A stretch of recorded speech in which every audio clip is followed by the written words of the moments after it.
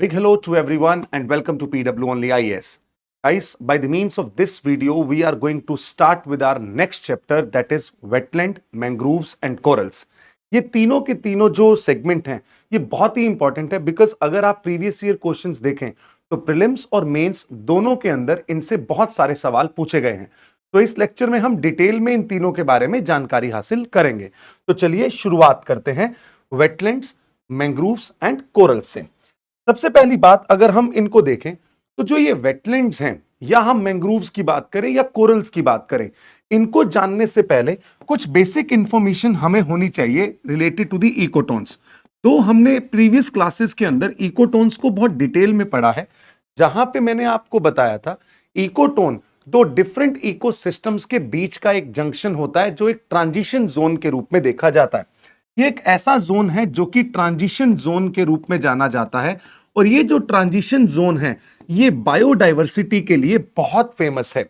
Y is it so? Because मान लीजिए अगर आप यहां पे इकोसिस्टम 1 लेते हैं and here you have the ecosystem 2 और इन दोनों के बीच का अगर ये ट्रांजिशन जोन है तो इस ट्रांजिशन जोन के अंदर इकोसिस्टम 1 की भी स्पीशीज पाई जाएंगी, इकोसिस्टम 2 की भी स्पीशीज पाई जाएंगी और कुछ ऐसी स्पीशीज जो कि इस ट्रांजिशन जोन के साथ अकस्टम होंगी, यहां की क्लाइमेटिक कंडीशंस को अच्छे से समझ पाएंगी, वो भी डेवलप करेंगी। इस कारण से ये जो ट्रांजिशन जोन होता है यहां पे आपको हाई बायोडाइवर्सिटी दिखाई देती है। सो जो बायोडाइवर्सिटी है that is comparatively high in these transition zones, इसे ही हम इकोटोन कहते हैं। और हमने ये भी देखा था ये जो इकोटोन्स हैं इनके बहुत सारे एग्जाम्पल्स हैं, जैसे कि मार्शलैंड्स होते हैं, उनमें ही एक सबसे बेहतरीन एग्जाम्पल जो इकोटोन का है that is mangroves. Mangroves are nothing but the part of ecotones. इसी कारण से जब आप मैंग्रोव्स को देखेंगे तो वहां पे बहुत हाई बायोडाइवर्सिटी मिलती है। ये एक ऐसा रीजन मिलता है जहां पे माइग्रेटरी बर्ड्स भी दिखाई देंगे इकोटोन्स के अंदर। ये एक ऐसा रीजन है जहां पे क्लाइमेट चेंज को रोकने के लिए जो कार्बन डाइऑक्साइड का सिक्वेस्ट्रेशन करना होता है वो भी आपको इसी जोन के अंदर दिखाई देगा। So now when we are talking about the wetlands are nothing but they are also one of the type of an ecotone. अब हम समझने की कोशिश करते हैं what exactly these wetlands are, because they are quite frequently appearing in news again and again, right? So definition की अगर हम बात करें, सबसे पहली चीज एक ऐसा एरिया जो कि मार्शलैंड है, एक ऐसा एरिया जो कि पीटलैंड है। मार्शलैंड और पीटलैंड का मतलब जिसे आप दलदली भूमि कह सकते हैं, जहां पे पानी या तो नेचुरली आ रहा है या पानी आर्टिफिशियली कलेक्ट हुआ है। बट यहां पे सबसे इंपॉर्टेंट चीज जो है वो ये है, जो पानी यहां पे कलेक्ट हुआ है that can be either temporary और permanent in nature. With water, या वो पानी स्टैटिक है या फ्लोइंग है, या वो पानी फ्रेश वाटर हो सकता है या वो ब्रैकिश वाटर हो सकता है या वो सॉल्ट वाटर हो सकता है। इन सब एरियाज को जहां पे जो डेप्थ है वो एटलीस्ट 6 मीटर से ज्यादा एक्सीड ना करे, उसे हम वेटलैंड की संज्ञा देते हैं। तो the very difficult definition that we are going to see here, so यहां पे इसको थोड़ा डीकोड करने की कोशिश करते हैं। वेटलैंड का मतलब ऐसे एरियाज जो कि मार्शलैंड हो सकते हैं, मार्शेस हो सकती हैं, the areas which we can call it as swamps, या इसको हम पीटलैंड कह सकते हैं। ये ऐसे एरियाज हैं जहां पे आपको जो वाटर है या तो टेम्परेरी दिखाई देगा या आपको वाटर दिखाई देगा परमानेंट। पहली चीज है या तो पानी होगा टेम्परेरी या होगा it would be permanent. Moreover, this water can be fresh water, ये फ्रेश वाटर हो सकता है। उसके साथ साथ this can be brackish as well as saline. So ये फ्रेश वाटर, ब्रैकिश एंड उसके साथ साथ सेलाइन भी हो सकता है। And then along with that, जिस भी एरिया के अंदर इस पानी का प्रेजेंस होगा उसकी डेप्थ जो है वो 6 मीटर से ज्यादा एक्सीड ना करे। इन एरियाज को हम किसकी संज्ञा देते हैं? वेटलैंड की संज्ञा देते हैं। लार्जली जब आप न्यूज में देखते हो तो वेटलैंड को लेक्स जो हैं उनके साथ कंपेयर किया जाता है। वो कंपैरिजन भी आज की क्लास में ही हम देखने वाले हैं। बट यहां पे जानना जरूरी है कि ये वेटलैंड इतने इंपॉर्टेंट क्यों हैं। वेटलैंड को हमारे इकोसिस्टम का एक किडनी कहा जाता है, क्योंकि जैसे हमारी बॉडी के अंदर किडनीज फिल्ट्रेशन का काम करती हैं, सिमिलरली वेटलैंड भी फिल्ट्रेशन का काम करते हैं। They act as a buffer. ये एक बफर का काम करते हैं। मान लीजिए अगर कोई एक रिवर बह रही है और रिवर के अंदर बहुत सारे मिनरल्स डिपॉजिट हो गए, जैसे कि ऐसे मिनरल्स जो हैवी मेटल्स हैं जो कि हमारी बॉडी को नुकसान पहुंचा सकते हैं, जैसे कि मरकरी हो गया या लेड हो गया। ये हैवी मेटल्स जब आके डिपॉजिट हो जाते हैं इस पूरी नदी के अंदर, तो फाइनली ये हमारी बॉडी के द्वारा कंज्यूम किए जा सकते हैं। बट इन सबको फिल्टर करने का काम इनके रास्ते में आया एक वेटलैंड कर सकता है, और इसी वजह से वेटलैंड्स को हम किडनीज ऑफ द इकोसिस्टम कहते हैं primarily. And wetlands are those regions which are having very high biodiversity. जैसे मैं आपको कुछ एग्जाम्पल के रूप में बताता हूं, that is Chilika lake. Chilika lake India का एक बहुत ही फेमस वेटलैंड है, और मोर ओवर अगर हम बात करें भारत की लार्जेस्ट ब्रैकिश वाटर लेक भी है। That Chilika lake is famous for what? For the breeding ground of the migratory birds. वो ब्रीडिंग ग्राउंड बनती है बहुत सारे माइग्रेटरी बर्ड्स का, फीडिंग ग्राउंड बनती है बहुत सारे टर्टल्स का। इसका मतलब यह है कि ये वेटलैंड्स ऐसे रीजन्स होंगे जहां पे you will C very high biodiversity. Yes, और ये क्लाइमेटिकली अगर आप बात करते हैं तो बहुत ही इंपॉर्टेंट इकोसिस्टम के रूप में सामने आते हैं। But in the recent times what we are finding is, जैसे जैसे पॉपुलेशन इंक्रीज होती जा रही है, इन वेटलैंड्स को एनक्रोच किया जा रहा है। मान लो अगर किसी एरिया के अंदर ऐसा कोई एक वेटलैंड का डेवलपमेंट होता है, and if there is significant increase in population takes place, what happens there? वहां पे जितने भी लोग होंगे वो इस एरिया के अंदर जो वेटलैंड होंगे इसको रिक्लेम करेंगे, इसके ऊपर मिट्टी डाल देंगे और घर बनाने लगेंगे। इसका मतलब यह हुआ कि वेटलैंड के एनक्रोचमेंट्स के कारण जितना भी क्लाइमेट चेंज हो रहा है वो एक बहुत बड़ा रोल प्ले करेगा। कारण यह है कि अगर कोई एक एरिया जहां पे अच्छी बायोडाइवर्सिटी है, तो ये एरिया ऐसा होगा जहां पे कार्बन डाइऑक्साइड का सिक्वेस्ट्रेशन यानी कि कार्बन डाइऑक्साइड का सिंक डेवलप होगा। बट अगर वेटलैंड में वेटलैंड को हमने एनक्रोच कर दिया तो ये सिंक डेवलप नहीं हो पाएगा। और उसके साथ साथ जो नदियां अपने इतने सारे हैवी मेटल्स को कैरी भी कर रही थी लेट से, वो धीरे धीरे परकोलेट होके कहां जाने लगेंगे? ग्राउंड वाटर के अंदर जाने लगेंगे, और वो भी नुकसान पहुंचाएंगे। वेटलैंड का एक बहुत खूबसूरत काम किसी एक रीजन में ग्राउंड वाटर को रिचार्ज करना भी होता है। अगर किसी एरिया से वेटलैंड का रिमूवल हो गया तो वहां पे ग्राउंड वाटर का रिचार्ज होना मुश्किल हो जाएगा, and hence there will be water scarcity. इसके बहुत सारे फंक्शंस हैं। We will talk about the functions of the wetlands very soon, but yes we need to understand one thing here. The primary characteristic of the wetland is it is an area which is water locked, and यहां पे water locked area है, but वो पानी का जो stagnation है that can either be temporary और permanent. ये बात आपको कभी नहीं भूलनी है, क्योंकि यही वो चीज है जो किसी एक वेटलैंड को लेक से डिफरेंशिएट करने में मदद करेगी। बट सबसे पहली कैरेक्टरिस्टिक हम वेटलैंड की अगर देखें, it is covered by water और हैज वाटर लॉक्ड सॉइल। जो यहां की सॉइल है that is water locked soil है, at least for at least 7 days during the growing season.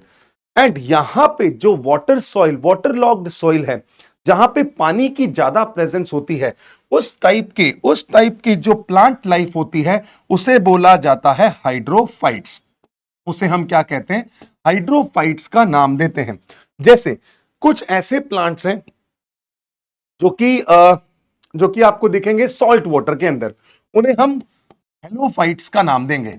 ऐसे प्लांट्स जो आपको बहुत ही एरिड कंडीशन में डेवलप होते हुए दिखाई देंगे उनको ज़ेरोफाइट्स बोला जाता है। So this is something you need to remember. और जो हाइड्रिक सॉइल है, this hydric soil does not have the availability of enough oxygen इसके अंदर इनफ ऑक्सीजन की अवेलेबिलिटी नहीं है और एनारोबिक यहां पे कंडीशंस डेवलप होती हैं। अब आते हैं वेटलैंड के फंक्शंस पे। जैसा कि मैंने आपको बताया, वेटलैंड एक ऐसा एरिया है जो कि मार्शी, स्विम्पी, पीटलैंड, फैन, और इसके अंदर water is present either temporary और परमानेंट। वाटर फ्लोइंग भी हो सकता है और वाटर स्टैटिक भी हो सकता है, वाटर फ्रेश भी हो सकता है, ब्रेकिश भी हो सकता है, सेलाइन भी हो सकता है, बट उसकी डेप्थ एटलीस्ट जो डेप्थ है वो 6 मीटर से एक्सीड ना हो। और ये वो रीजन होंगे जहां पे आपको फंक्शंस बहुत सारे दिखाई देंगे। जैसे कि मैंने चिलिका लेक का आपको एग्जाम्पल दिया, तो उसके अंदर मैंने बोला कि इतने फ्लोरा एंड फोना जो कि यहां पे इस रीजन के अराउंड थ्राइव कर सकते हैं, वो यहां पे आपको दिखाई देंगे। तो अगर आप यहां पे फंक्शंस ऑफ वेटलैंड देखेंगे, फंक्शंस अगर आप देखेंगे तो सबसे पहला फंक्शन ये होगा, इट प्रोवाइड्स हैबिटेट। ये क्या प्रोवाइड करता है? हैबिटेट प्रोवाइड करता है। फॉर हुम? हैबिटेट प्रोवाइड करता है बहुत सारे बर्ड्स के लिए, बहुत सारे दूसरे फोना एंड फ्लोरा के लिए। ठीक है, यहां पे बहुत अच्छा फ्लोरा एंड फोना आपको दिखाई देगा। One function is this. Second is, as I have told you, these wetlands act as kidney to the ecosystem. अगर ये किडनी टू द इकोसिस्टम है, इसका मतलब ये है ये फिल्टरेशन का काम करते हैं। They act as a medium of filtration. जैसे हमारे घर में फिल्टर्स लगे होते हैं, वैसे ही यहां पे फिल्टरेशन का काम भी आपको दिखाई देता है। उसके बाद ये जैसे मैंने बोला वाटर प्यूरिफिकेशन हो गया या फिल्टरेशन ऑफ सेडिमेंट्स हो गया, and then they also provide filtration of sediments हो गया एंड फिल्टरेशन ऑफ सेडिमेंट्स हो गया। उसके साथ साथ वेटलैंड का मेजर फंक्शन ग्राउंड वाटर को रिचार्ज करना भी है। ग्राउंड वाटर को रिचार्ज करना भी है, और जब ग्राउंड वाटर रिचार्ज होगा तो डेफिनेटली आपको समझ में आएगा उस एरिया में वाटर अवेलेबिलिटी होगी, वाटर स्कैर्सिटी खत्म होती है। And moreover, the most important function here is these are the zones of high biodiversity. यहां पे जो बायोडाइवर्सिटी है वो कंपैरेटिवली आपको क्या दिखाई देती है? हाई दिखाई देती है। उसके साथ साथ अगर आप कुछ वेटलैंड्स, फेमस वेटलैंड्स की बात करें, तो ये हमेशा आपको टूरिस्ट एक्टिविटी के रूप में भी, टूरिज्म डेवलप होता हुआ भी यहां पे आपको दिखाई देगा। तो इससे आपको इकोनॉमिक अपॉर्चुनिटीज डेवलप होती हुई दिखाई देती हैं। यहां पे आपको कौन सी अपॉर्चुनिटीज दिखाई देंगी? इकोनॉमिक अपॉर्चुनिटीज दिखाई देंगी।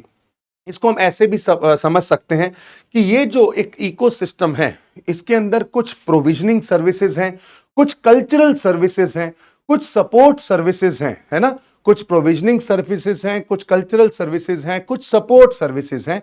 उसमें हम इन सबको यहां पे देखते हैं।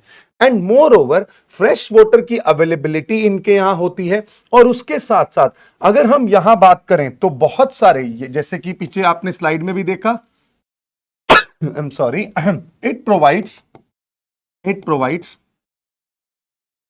drinking fresh water as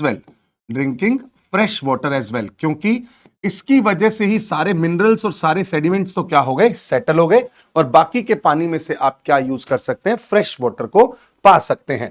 this is the major function of the wetland. तो यहां पे आप देख सकते हैं एक ऐसा डायनेमिक इकोसिस्टम जो कि कैरेक्टराइज किया जाता है by the presence of water either seasonally or permanently, creating a unique environment that will support the range of life that is very diverse in nature. And the areas, they are the areas which serve as the crucial ecosystem because they harbor the characteristics of both the land as well as the aquatic ecosystem. That's why we call them as an ecotone. And the presence and the depth of wetland can vary. This can vary seasonally because I told you the water here can be present either permanently or temporarily. So the depth of water will also depend upon the season to season. Let's say during the monsoonal season, the depth would be comparatively higher. And during the arid season और during the dry season जो पानी है वो comparatively आपको जो depth है उसकी दिखाई ना दे। जैसे कि मैंने बोला, इसके बहुत सारे फीचर्स हैं जहां पे आपको ऐसी सॉइल मिलेगी which is water locked in nature, This is also serve as the mechanism for the recharge of groundwater. It is also going to give you the good amount of vegetation, and the soil here, which is termed as the hydric soils. And then we can see here the biodiversity. This is going to support the high range of species, hence the biodiversity is high here. But now we need to understand the entire classification of wetland. यहां पे थोड़ा सा doubt आता है, later on stage में वो दूर हो जाएगा, वेटलैंड और लेक में क्या फर्क होता है। अगर हम, और लार्जली हम इतना फसी नहीं होते हैं, जो वेटलैंड्स होते हैं वही लेटर ऑन स्टेज में आपको देखेंगे कि लेक्स जो हैं वही वेटलैंड होती हैं। अगर हम वेटलैंड्स, इनलैंड वेटलैंड्स की बात करें तो नेचुरल इनलैंड वेटलैंड्स के अंदर you see here the development of lakes, oxbow lakes, water logged soil और सीजनल वाटर लॉग्ड रीजन और स्वैम्प एंड मार्श। बट यही कोस्टल रीजन में भी पाए जा सकते हैं, और कोस्टल रीजन के अंदर आपको estuary, lagoon, creek, sand spit, back water, tidal flat, mangroves, salt marches, salt pans, वो सारे क्या हैं, वो आपको नेचुरल कोस्टल इकोसिस्टम के अंदर दिखाई देंगे। On the other hand, when it comes to the mangroves, when it comes to the man-made wetland, they are the reservoirs, tanks, ash pond, these all are this, salt pans and aquaculture, जो आपने tank बना के एक aquaculture start किया। ठीक है, ये classification है, मानते हैं हम। बट इसके अंदर नेचुरल और मैनमेड का मतलब यह है कि अगर मान लो मैंने अपने एक फार्मलैंड पे एक टैंक बनाया, उस टैंक से मैं इरिगेशन भी कर रहा हूं, बट उसके अंदर एक्वाकल्चरल एक्टिविटी भी कर रहा हूं, क्या वो वेटलैंड कहलाएगा? देखिए, अगर ओवरऑल हम इस डेफिनेशन की बात करते हैं तो वेटलैंड कहलाता है। बट जब भारत ने नेशनल वेटलैंड रूल्स बनाए, तब उसके अंदर इसे बोला गया कि कोई भी एक ऐसा मैनमेड स्ट्रक्चर जो कि वाटर को लॉक करने के लिए या वाटर को इकट्ठा करने के लिए यूज किया जाता है, according to the national wetland conservation programme और पॉलिसी और plan, that will not be considered as a wetland, उसको वेटलैंड कंसीडर नहीं करते। बट हां, जो डेफिनेशन है वेटलैंड की वो आता है। हम अपनी पॉलिसी के अंदर अपनी अलग डेफिनेशन दे रहे हैं, तो क्या हो गया, कोई फाइट नहीं है। ठीक है, तो नाउ अगर हम देखें क्लासिफिकेशन के रूप में on the basis of distinct features, first of all we have lacustrine wetlands.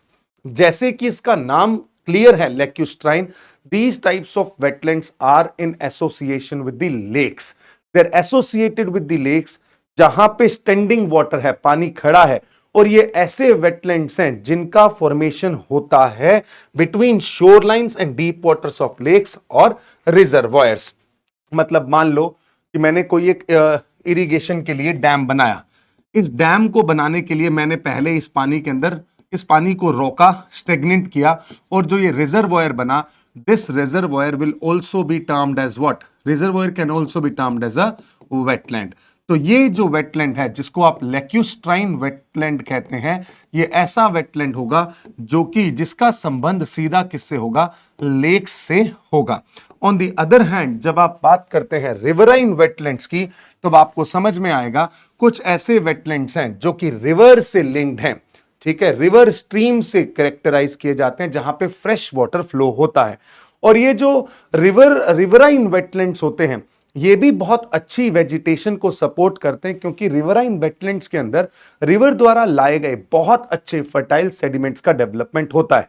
और ये वो रीजन्स होते हैं, रिवराइन वेटलैंड्स वो रीजन्स होते हैं जहां पे वाटर प्यूरिफिकेशन का काम होता है। क्योंकि मैंने आपको पहले ही स्लाइड में बता दिया था कि जैसे ही पानी बहेगा, वैसे ही उस पानी के अंदर जितने भी मिनरल्स हैं, मेटल्स हैं जो उसके अंदर डिसॉल्व्ड हैं, all these metals and minerals will be settled here, right? Riverine wetland के बाद हम अगला बात करते हैं, जो तीसरा टाइप है, that is the estuarine wetland.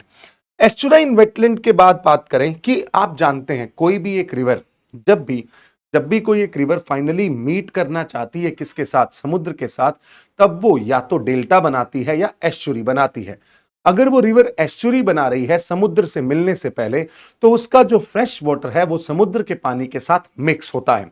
वो एक ऐसा जोन होता है जो कि ट्रांजिशन जोन के रूप में देखा जाता है, जहां पे आपको बहुत सारे मैंग्रोव्स का डेवलपमेंट दिखाई देगा। उन्हें हम कहते हैं एस्चुराइन डेवलपमेंट। ये एस्चुरी हो सकता है या डेल्टा भी हो सकता है, बट ऑलमोस्ट इनकी कहानी ऐसी है कि डिपेंड करेगा कि किस तरीके से रिवर मीट कर रही है समुद्र के साथ। अगर रिवर डायरेक्टली मीट कर जाती है without dividing itself into numerous channels, we call it as estuary. अगर वो डिफरेंट डिफरेंट चैनल्स में इधर उधर होके बहुत बड़ा एक एरिया कवर करती है, then it is termed as the delta. तो ये भी एक क्या है, वेटलैंड होता है, जो कि बहुत सारी फिशेज को सपोर्ट करता है और हमारे कोस्टल रीजन को, जो हमारी कोस्ट लाइन है, उसे भी प्रोटेक्ट करने का काम करता है। कुछ स्पेसिफिक वेटलैंड्स की बात करें तो जैसे हम बात करते हैं ह्यूमन मेड वेटलैंड्स, जिसमें आप देखेंगे ये ऐसे वेटलैंड्स होंगे जिनके अंदर हमने खुद ने कुछ ऐसे पर्टिकुलर टैंक्स का डेवलपमेंट किया जिसमें हमारा एक स्पेसिफिक पर्पस था। वो पर्पस क्या है कि हम पानी को रोकें, पानी को स्टोर करें, उसके अंदर हम मछलियां यानी कि फिशेज यानी कि एक्वा कल्चर की एक्टिविटी करें, या हम उसको रिक्रिएशनल एक्टिविटी के लिए भी कर सकते हैं, या हम उस पानी को किसी एक बड़े रिजर्वोयर में रोक के डैम की तरीके से भी यूटिलाइज कर सकते हैं, या हम उसे एक फिश का पॉन्ड भी बना सकते हैं, या उस पानी को हमने रोका, इवेपोरेट होने दिया और उसके नीचे जो सॉल्ट की लेयर जमी उससे सॉल्ट भी हम निकाल सकते हैं। So these are the various purposes on which the human made wetlands can be formed. So till now what we have realised is when it comes to the wetlands, यहां पे जब वेटलैंड्स की बारी आती है तब हमें क्या पता लगा, वेटलैंड्स जो हैं इनके क्लासिफिकेशन के अंदर, लार्ज क्लासिफिकेशन में सबसे पहला क्लासिफिकेशन हमें दिखता है lacustrine wetlands. Lacustrine wetlands are those wetlands which are in relation to the which are developed in relation to the lakes. Then second type of wetland when we talk about is the riverine wetland. Riverine wetland मतलब ऐसे wetlands जो कि आपको दिखाई देंगे किस रूप में, जो कि आपको दिखाई देंगे रिवर के रूप में, फ्लोइंग वाटर के रूप में। क्योंकि आपने पहले भी देखा था इस वेटलैंड की डेफिनेशन के अंदर कि रिवर जो वेटलैंड्स हैं वो वेटलैंड्स ऐसे वेटलैंड्स हैं जो कि फ्लो भी कर सकते हैं, जहां पे पानी स्टैटिक भी हो सकता है। रिवराइन के बाद the third, I'm sorry, really sorry. This is just because of the changing weather. I hope you can understand. Then we have the estuarine wetlands. Estuarine wetland का मतलब जहां पे नदी मिलती है समुद्र से, वहां पे एस्चुरीज जब बनती हैं, that type of wetlands we call as the estuarine wetlands. And more over इसके साथ साथ हम देख सकते हैं यहां पे कुछ ऐसे वेटलैंड्स जो कि कैसे हैं, जो कि है मैन मेड। और जो मैन मेड वेटलैंड्स होंगे, इन मैनमेड वेटलैंड्स के अंदर हम क्या क्या कर सकते हैं। इन मैनमेड वेटलैंड्स के अंदर मान लो मैंने कोई एक टैंक बनाया और ये जो टैंक है ये या तो वाटर स्टोरेज के लिए है, या तो ये टैंक वाटर स्टोरेज के लिए है, सेकंड हम ये भी कह सकते हैं इस टैंक का जो काम है वो एक्वाकल्चर एक्टिविटी के लिए भी हो सकता है, ये टैंक रिक्रिएशन पर्पस से भी बनाया जा सकता है, और यहां पे कुछ और रिजर्वॉयर्स भी क्रिएट किए जा सकते हैं, मैनमेड रिजर्वॉयर्स भी हो सकते हैं जहां पे आप डैम्स बनाएं और उस डैम्स के अंदर भी, उन डैम्स को भी क्या कह सकते हैं, डैम पर्पस से जो बनाए गए हैं जहां पे पानी स्टोर्ड है, उसे भी वेटलैंड की संज्ञा दी जा सकती है। चलिए अब आगे बढ़ते हैं। कुछ लेक्स एंड पॉन्ड्स जैसे कि हम बात कर चुके हैं पहले ही, उसके बाद पिछली क्लास में हमने ये भी देखा था इसे लॉटिक एंड लेंटिक इकोसिस्टम के रूप में डिवाइड किया जाता है। अब हम बात करते हैं रिवर फ्लड प्लेन्स की। ऑब्वियसली अगर मान लो फ्लड प्लेन्स जो हैं वो ऐसे एरियाज हैं जहां पे जो कि एडजेसेंट है रिवर और स्ट्रीम्स के साथ, ठीक है, ये ऐसे एरियाज हैं जो रिवर और स्ट्रीम्स के साथ एडजस्टेड हैं। उसके साथ साथ ऑक्सबाउ लेक्स ऐसी लेक्स होती हैं जो कि रिवर की मिएंडरिंग के दौरान बनती हैं, ये भी एक वेटलैंड के रूप में काम की जा सकती हैं। उसके अलावा अगर हम बात करें, ये जो वेटलैंड के टाइप्स हमने देखे, ये इकोलॉजिकल कॉम्प्लेक्सिटी को बताते हैं। अब आती है असली कहानी, जहां पे ज्यादातर जनता को होता है डाउट कि भाई लेक और वेटलैंड के बीच में डिफरेंस है क्या। सबसे पहली चीज, national lake conservation programme lake को कंसीडर करती है एक ऐसी वाटर बॉडी जिसके अंदर पानी स्टेगनेंट है और जिसकी मिनिमम डेप्थ 3 मीटर से ज्यादा है। 3 मीटर से ज्यादा डेप्थ हो, पानी स्टेगनेंट हो एंड जनरली वो ऐसे एरियाज में हो जहां पे ओवरऑल कवर्ड एरिया 10 हेक्टेयर से ज्यादा हो और वहां पे जो एक्वेटिक वेजिटेशन है वो कम हो। तो 3 एरियाज जहां पे हम बात करते हैं नेशनल लेक कंजर्वेशन प्रोग्राम के अकॉर्डिंग, एनएलसीपी के अकॉर्डिंग, सबसे पहला होना क्या चाहिए? Standing water. ठीक है, बट क्या वेटलैंड में हमेशा ये जरूरी है स्टैंडिंग वाटर हो? नहीं। तो यहां पे पहला डिफरेंस तो यही पता लग गया। दूसरा, जिसकी जो डेप्थ है वो एटलीस्ट मिनिमम डेप्थ कितनी हो? 3 मीटर। मिनिमम डेप्थ कितनी हो? 3 मीटर हो। ठीक है सर। और तीसरा मेजर डिफरेंस ये है कि this must not have no vegetation. यहां पे जो वेजिटेशन है वो क्या हो? कंपैरेटिवली क्या हो? वेजिटेशन की कमी हो। इसे हम नेशनल लेक कंजर्वेशन प्रोग्राम एनएलसीपी के अकॉर्डिंग हम किस कैटेगरी में डालेंगे? इसे बोला जाएगा बच्चा लेक। ठीक है, यहां पे जब मैंने नो वेजिटेशन की बात की है, जब वेजिटेशन यहां पे नहीं है, तो इसका मतलब क्या है? वेजिटेशन का मतलब यह है कि अगर आप किसी भी वेटलैंड को देखेंगे तो वेटलैंड के अंदर मैंने आपको बताया था कि जो सॉइल है वो कौन सी सॉइल है? हाइड्रिक सॉइल है। हाइड्रिक सॉइल होने के कारण यहां पे आपको बहुत बड़े बड़े प्लांट्स दिखाई देंगे जिन्हें मैक्रोफाइट्स की संज्ञा दी जाती है। जिन्हें किसकी संज्ञा दी जाती है? मैक्रोफाइट्स की संज्ञा दी जाती है। और वो मैक्रोफाइट्स आपको यहां दिखाई देते हैं। जबकि आप एनएलसीपी के अकॉर्डिंग यहां पे देखेंगे, लेक के अंदर देखेंगे, तो ऐसा नहीं बोल रहा हूं कि बिल्कुल वेजिटेशन नहीं होगी, या यहां पे कंपैरेटिवली जो वेजिटेशन है वो कम होती है। क्योंकि जो लेक है इसका मेजर पर्पस जो होता है, लेक जो है इसका मेजर पर्पस जो है वो ड्रिंकिंग वाटर नीड्स के लिए भी है। ड्रिंकिंग वाटर नीड्स के लिए भी है और इरिगेशन के लिए भी है। इसका पर्पस किसके लिए है? इरिगेशन के लिए भी है। और अगर यहां पे ज्यादा वेजिटेशन होगा तो वो खराब करेगा इस रीजन के अंदर। जबकि वेटलैंड का मेजर पर्पस क्या है? जो मेजर पर्पस है वेटलैंड का वो है बायोडाइवर्सिटी। यहां पे आपको बायोडाइवर्सिटी हाई दिखाई देगी। अब ये बायोडाइवर्सिटी ज्यादा क्यों है? क्योंकि यहां पे वेजिटेशन अच्छा खासा है जिसको आप मैक्रोफाइट्स के रूप में जानते हैं। इसीलिए मैंने बोला कि कोई भी एक लेक या तो ड्रिंकिंग वाटर सप्लाई के लिए यूज की जाती है या इरिगेशन के लिए यूज की जाती है। इसीलिए एक्सेसिव मैक्रोफाइट की वहां पे ग्रोथ होना उस रीजन को एडवर्सली इंपैक्ट करता है। जबकि वेटलैंड जनरली वो एरियाज हैं जहां पे आपको उस सराउंडिंग से अगर आप कंपेयर करेंगे तो न्यूट्रिएंट ज्यादा दिखाई देंगे, क्योंकि वो सारे सेडिमेंट्स वहीं डिपॉजिट हो रहे हैं। इसी कारण से वहां पे एक्वेटिक मैक्रोफाइट्स का जो अमाउंट है वो आपको ज्यादा दिखाई देगा। और जब ऐसा होगा तब आप क्लियरली एक चीज समझ सकते हैं, अगर यहां पे बायोडाइवर्सिटी यानी कि मैक्रोफाइट्स ज्यादा आपको दिखाई देते हैं तो it is pretty much clear here, वो ये है कि ये वो रीजन होंगे जहां पे इन मैक्रोफाइट्स को लेके, यानी कि आपके पास अगर वेजिटेशन ज्यादा है यहां पे, और वेजिटेशन ज्यादा होने के कारण यहां पे आपको फौना यानी कि एनिमल बायोडाइवर्सिटी बहुत अच्छी दिखाई देगी। एनिमल बायोडाइवर्सिटी अच्छी दिखाई देगी। This is something we call as the major difference between lake and a wetland. इसी कारण से वेटलैंड का पर्पस अलग है, लेक का पर्पस अलग है। भले ही उस लेक के अंदर कुछ ऐसी लेक्स हों जो कि वेटलैंड की तरह यूटिलाइज की जाती हैं या मानी जाती हैं, हाँ, क्योंकि हर लेक तो ड्रिंकिंग वाटर सप्लाई नहीं कर रही है ना। जैसे कि आप सांबर लेक देखोगे, खारा पानी है, ड्रिंकिंग वाटर नीड नहीं है, बट बहुत सारे माइग्रेटरी बर्ड्स वहां पे आते हैं। अब अगर इतने माइग्रेटरी बर्ड्स वहां पे आएंगे तो उस रीजन की जो बायोडाइवर्सिटी है वो ज्यादा होती है, इसीलिए वो वेटलैंड की संज्ञा उसे दी जाती है। ऑन दी अदर हैंड जब आप बात करते हैं कुछ ऐसी और लेक्स, सोमोरिरी, जो कि ऐसी लेक है जो कि आपको दिखाई देगी जम्मू एंड कश्मीर के अंदर, स्पेसिफिकली अगर अब हम बात करें तो लद्दाख में, जहां पे लद्दाख के अंदर जहां पे बहुत ही ज्यादा ठंड होने के बावजूद भी वो लेक क्या है? सॉल्ट वाटर लेक है। तो वहां पे उसे भी हम किसकी संज्ञा देते हैं? वेटलैंड की संज्ञा देते हैं। तो वेटलैंड का एक मोटा मोटी बात देखी जाए तो पर्पस अलग है।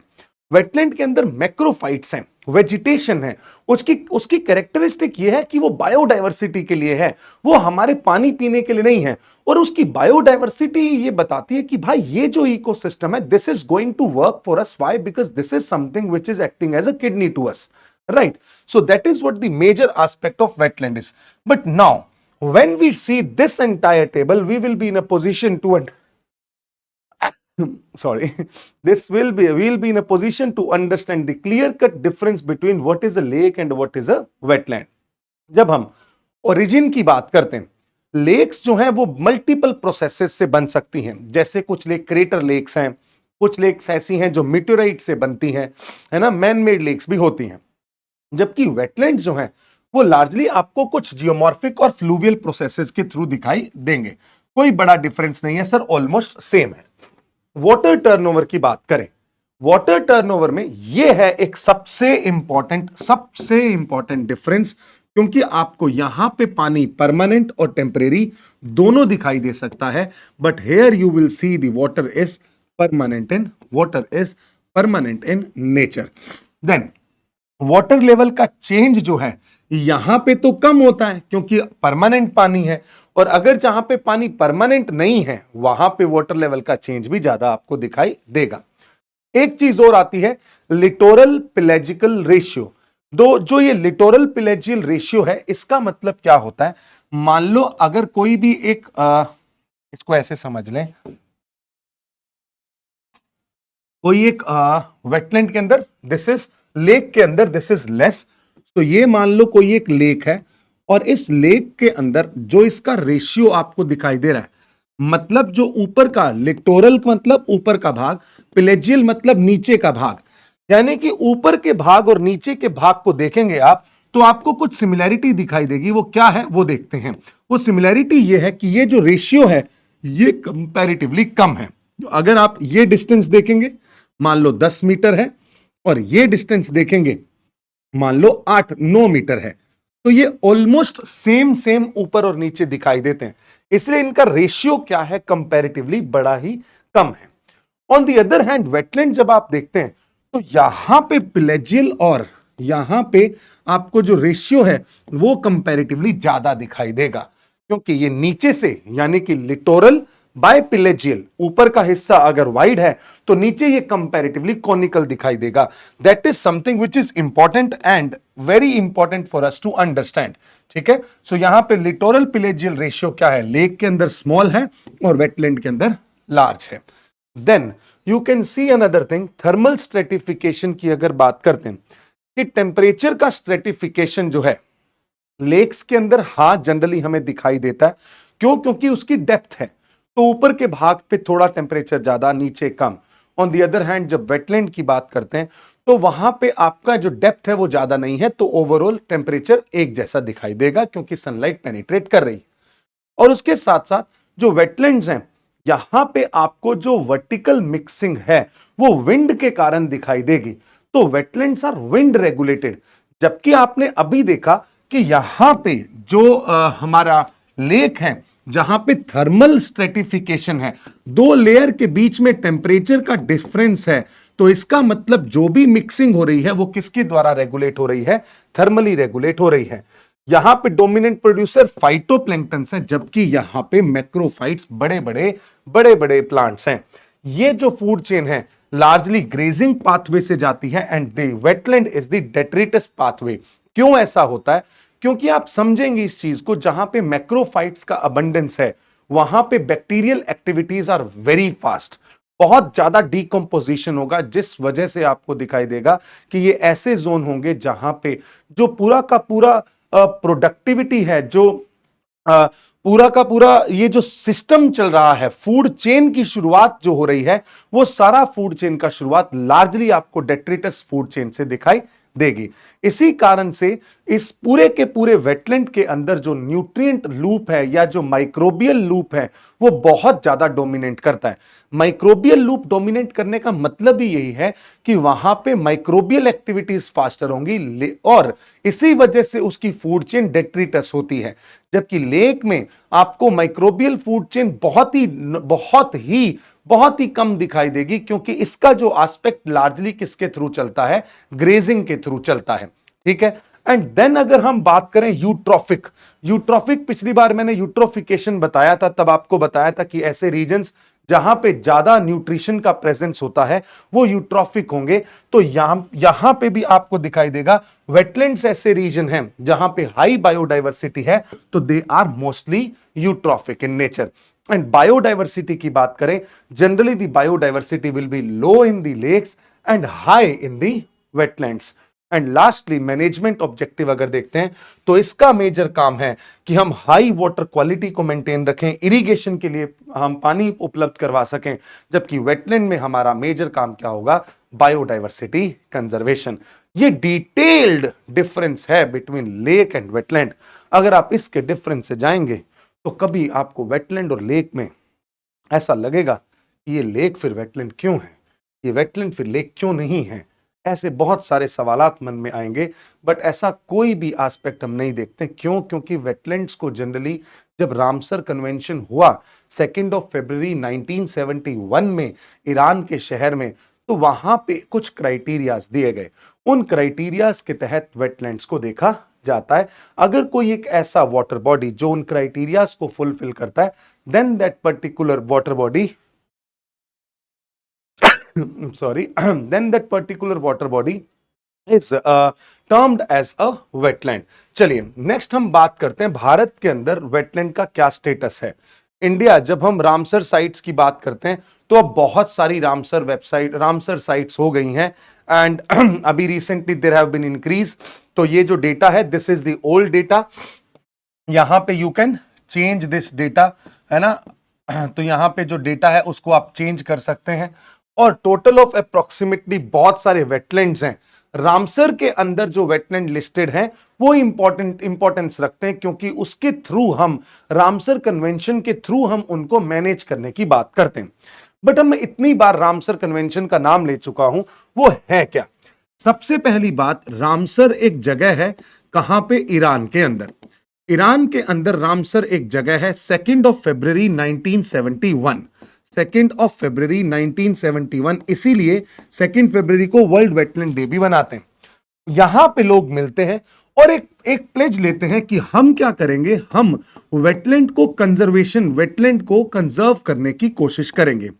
और इस वेटलैंड के कंजर्वेशन के लिए दे टेक प्लेज, एंड उसके लिए एक कन्वेंशन होता है। और उसी कन्वेंशन को किस नाम से जाना जाता है, रामसर कन्वेंशन के नाम से जाना जाता है। इसके 3 मेजर ऑब्जेक्टिव होते हैं। अगर मैं मेजर ऑब्जेक्टिव की बात करूं तो 3 मेजर ऑब्जेक्टिव इसके आपको दिखाई देंगे। वो 3 मेजर ऑब्जेक्टिव कौन से होंगे? सबसे पहला ऑब्जेक्टिव, अगर हम रामसर कन्वेंशन की बात करते हैं तो सबसे पहला ऑब्जेक्टिव है wise use of the wetlands. Wise use of wetlands का मतलब जितने भी वेटलैंड्स हैं इनको ओवर एक्सप्लॉइट ना किया जाए, इनका utilisation, because as I told you कि वेटलैंड्स की बहुत सारी सर्विसेज हैं, प्रोविजनिंग सर्विसेज हैं, सपोर्ट सर्विसेज हैं, कल्चरल सर्विसेज हैं, है ना। उन सर्विसेज को ये प्रोवाइड करते हैं तो हम इसको ओवर एक्सप्लॉइट ना कर दें। Then there must be an international cooperation. International cooperation का मतलब यह है, मान लो आज मैं सुंदरबन डेल्टा की बात करता हूं, तो ये सुंदरबन डेल्टा जो है ये भारत और बांग्लादेश दोनों के बीच में है ना, इंडिया और बांग्लादेश। तो यहां पे इसको मैनेज करने के लिए, इंडिया और बांग्लादेश दोनों के बीच में है, इसको मैनेज करने के लिए आपको क्या चाहिए, इंटरनेशनल कोऑपरेशन चाहिए। थर्ड, अगर मैं यहां पे बात करता हूं वाइज यूज के बाद, थर्ड जो एस्पेक्ट यहां पे आप देखते हैं वो ये है कि ये वेटलैंड्स ऐसे हैं जिनको हर देश, every country will try to identify and fulfill the criteria which is being given by the Ramsar Convention. वहां से हर देश से कुछ वेटलैंड्स को कहां डाला जाएगा, एक वेटलैंड की लिस्ट होगी, उसके अंदर भेजा जाएगा। ये 3 मेजर ऑब्जेक्टिव के साथ रामसर कन्वेंशन आता है। देखें, और इसके बाद देखो, the primary goal of the promote the conservation and wise use of the wetlands, पहला।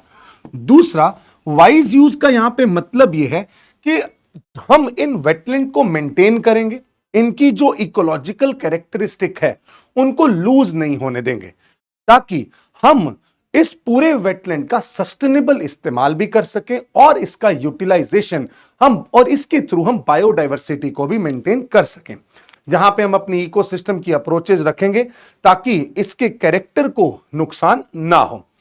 दूसरा, listing of wetlands of international importance, जैसा कि मैंने बोला आपको तीसरे नंबर पे मैंने लिखा था, ये सेकंड ऑब्जेक्टिव हुआ। थर्ड ऑब्जेक्टिव ये है कि हम इसके लिए इंटरनेशनल कोऑपरेशन करेंगे।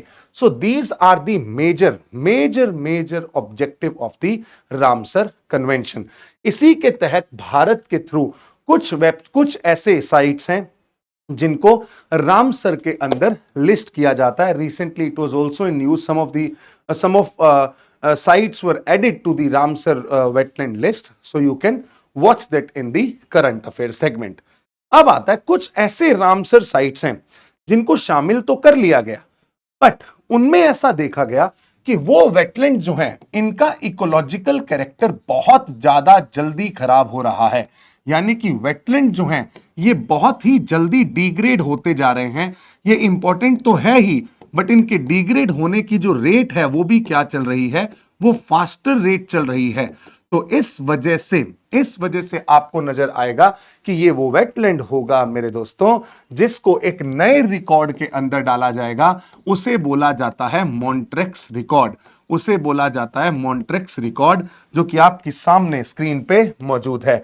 इस रिकॉर्ड के अंदर ऐसे वेटलैंड्स जो कि इंटरनेशनल इंपॉर्टेंस के हैं बट जिनके अंदर चेंजेस बहुत ही फास्टर हो रहे हैं, इनका इकोलॉजिकल कैरेक्टर चेंज हो रहा है, इकोलॉजिकल कैरेक्टर जो है वो बहुत ही फास्ट चेंज हो रहा है, इकोलॉजिकल कैरेक्टर जो है वो बहुत फास्ट चेंज हो रहा है। और अगर ऐसा आपको दिखाई देगा तो उन वेटलैंड्स को हम किस लिस्ट में डालेंगे, मॉन्ट्रेक्स रिकॉर्ड की लिस्ट के अंदर डाला जाता है। ये 1990 के अंदर एस्टेब्लिश किया गया, जहां पे आपको दिखेगा कि Montreux record is nothing but the part of conventions mechanism to bring about the attention to address a specific challenge that particular wetland is facing।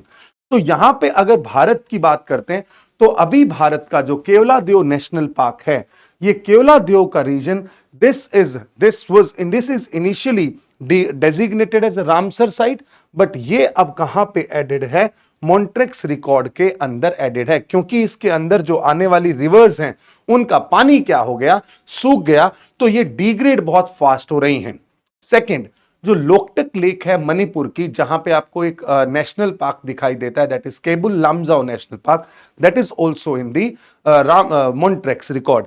Chilika lake पहले था, बाद में इसके ऊपर ध्यान दिया गया, अब इसको वहां से रिमूव कर दिया गया है। अब इंडिया और रामसर कन्वेंशन का यह है कि इंडिया ने रामसर कन्वेंशन को फरवरी 1 1982 के अंदर साइन किया, और हमने बोला कि हम भी इन वेटलैंड को कंजर्व करने के लिए कमिटेड हैं, प्रतिबद्ध हैं। और भारत का जो लार्जेस्ट वेटलैंड है वो अभी आपको सुंदरबन डेल्टा के रूप में दिखाई देगा, और पाइनियर्स के रूप में हमने चिलिका लेक को देखा, जहां पे Chilika lake and Keoladeo national park were the first Indian sites recognized as the Ramsar sites with the high early efforts, right? So this is the aspect of India and the Ramsar Convention। तो अब हमें यहां पे ये तो पता लग गया कि ये वेटलैंड्स क्या है और इन वेटलैंड्स का मेजर रोल क्या होता है, बट यहां पे एक चीज जाननी जरूरी है कि इन वेटलैंड्स के अंदर कुछ इंपॉर्टेंट अगर हम बात करें तो वो क्या है, जैसा कि हम बात कर चुके हैं, they are nothing but the regions of biodiversity hotspot. First, biodiversity hotspot का मतलब they support the extreme variety of life forms, but इसके साथ साथ इनके अंदर चेंजेस भी आ रहे हैं, ठीक है। Although they cover around 6% of the earth's land surface, but they have 40% of the plant and animal species जो कि यहां पे रहती हैं। Very very important fact that you need to remember 6% अर्थ के लैंड के ऊपर 40% अगर आपको प्लांट और एनिमल स्पीशीज दिखाई देंगे तो ये सबसे सबसे सबसे इंपॉर्टेंट रीजन होगा। जैसे कि अगर आप वन हॉर्न राइनोसोरस की बात करें, जैगुआर्स की बात करें, जैसे कि आप वेटलैंड के अंदर सुंदरबन डेल्टा के अंदर रॉयल बंगाल टाइगर की बात करें, these all are the regions जहां पे बहुत यूनिक कैरेक्टरिस्टिक और यूनिक स्पीशीज आपको दिखाई देती हैं। बहुत wide range of plant species का डेवलपमेंट आपको यहां पे दिखाई देगा। देन अगर हम बात करते हैं इन wetlands की, तो yes they are also going to act as the region for the water purification. Then you will see the flood protection because they act as the buffer. Then next you will see the economic importance के रूप में यहाँ पे fisheries की जा सकती हैं, provisioning services के रूप में timber and plant products, and उसके साथ साथ ये माइक्रो क्लाइमेट को भी चेंज करने का काम करते हैं, क्योंकि जब वेटलैंड है, पानी है, इवेपोरेट होगा और ट्रांसपिरेशन होगा उनके वहां के जो भी पौधे हैं उनसे, तो वहां पे वाटर साइकिल के रूप में बारिश होने के चांसेस भी बढ़ते हैं। और चिलिका लेक जैसे जो रीजन है जो कि आपको टूरिज्म डेवलप करते हुए दिखाई देंगे, और बहुत सारे ऐसे वेटलैंड्स हैं जहां पे recreational activities are also being seen, right. So ये तो बात हो गई है वेटलैंड्स की। अब बात करते हैं मैंग्रोव इकोसिस्टम की। These are also the unique ecosystems. जैसे हमने वेटलैंड्स को देखा, wetlands were also the part of ecotones. Similarly जो मैंग्रोव्स हैं वो भी एक इकोटोन का ही भाग बनते हैं। और मैंग्रोव की बात करें तो सबसे बड़ी खास बात यह है कि they are salt tolerant trees. ये सॉल्ट को टॉलरेंट कर सकते हैं। और सबसे पहले हम इसकी लोकेशन के बारे में बात करें, when we see mangroves they are largely found in the intertidal zones। intertidal zones या जहां पे आपको ऐसे रीजन्स दिखाई देंगे जो कि समुद्र और लैंड के एकदम किनारे पे हैं, यानी कि कोस्टल जोन्स हैं।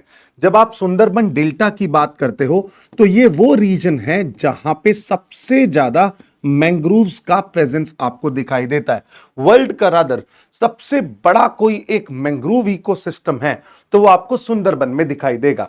लेट्स से यहां पे मान लो this is the terrestrial ecosystem और यहां पे आपको दिख रही है land, and here we have the presence of oceanic water. Here we have the presence of oceanic water. Oceans यहां पे आपको दिखाई देते हैं। जब ऐसा होगा तब इनके किनारे पे, यानी कि ऐसा जोन जहां पे पानी हाई टाइड और लो टाइड के बीच के जोन में दिखाई देता है, इस रीजन के अंदर मैंग्रोव्स का डेवलपमेंट होता हुआ दिखाई देगा। And moreover this is pretty sure that जो ओशियन का पानी है, that water is going to inundate to this region, no doubt about that. इसका मतलब यह है ये तभी तक सरवाइव कर सकते हैं जब तक ये सॉल्ट को टॉलरेट कर सकें, क्योंकि यहां का पानी जो है वो कैसा पानी है, यहां का पानी है एकदम खारा पानी, है ना। तो ये सॉल्ट टॉलरेंट ट्रीज होते हैं। इसके अडेप्टेशन के ऊपर हम बाद में आएंगे, बट उससे पहले इसकी कुछ कैरेक्टरिस्टिक्स को जान लेते हैं।